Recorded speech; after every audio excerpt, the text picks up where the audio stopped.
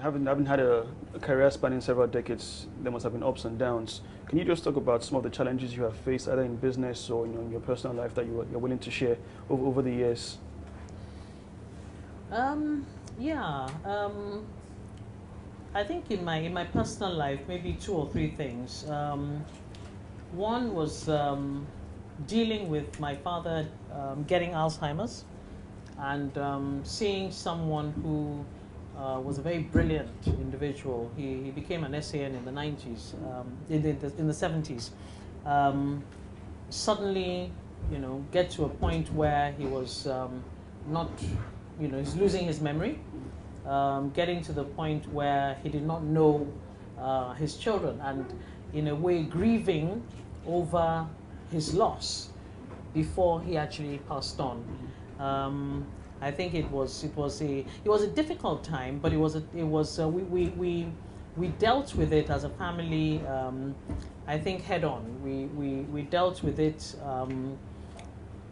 One, from sharing with people, because I think that too many of us have challenges in life that we don't share, and therefore we don't know that, indeed it's not, you're not the only one going through it.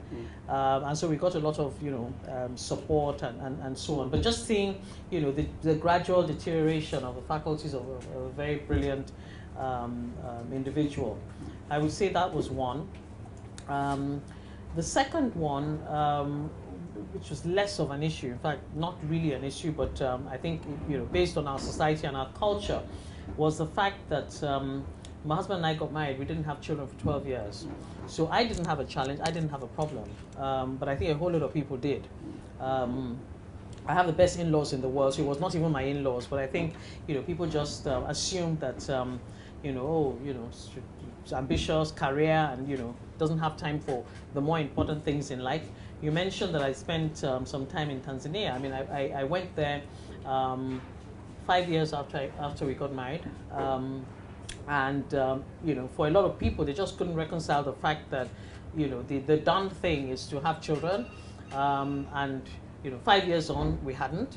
Yet, I was going to whisk yourself away. Go and work halfway across the continent, when I should have been facing more serious issues here. So it was a long period of waiting, but we eventually had our children. I think apart from those two, there are a lot of other minor ones, but they probably were the two most sort of challenging and difficult periods personally. In terms of career, I would say that it's sort of broad-based, but it's more dealing with entrepreneurs who are eternal optimists. I'm sure there are a lot of businessmen in here, and I'm sure you all have business plans that you believe are, fail-safe, foolproof, and nothing can ever go wrong. And therefore, trying to sort of burst people's bubbles about, their sort of perfect plans. Yet wanting to help them, but sometimes being in a helpless state where you're sort of saying, this is not bankable. You've got to do certain things. And the reason why I said it's not so much a challenge, but it's an ongoing one.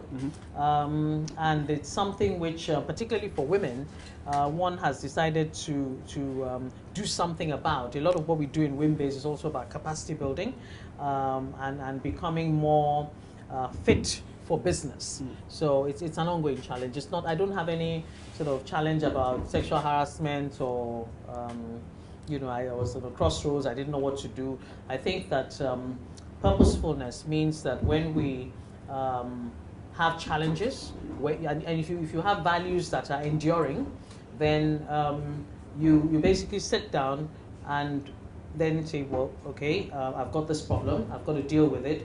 What are the issues? And you just deal with this in a very sort of strategic manner and tackle it head on.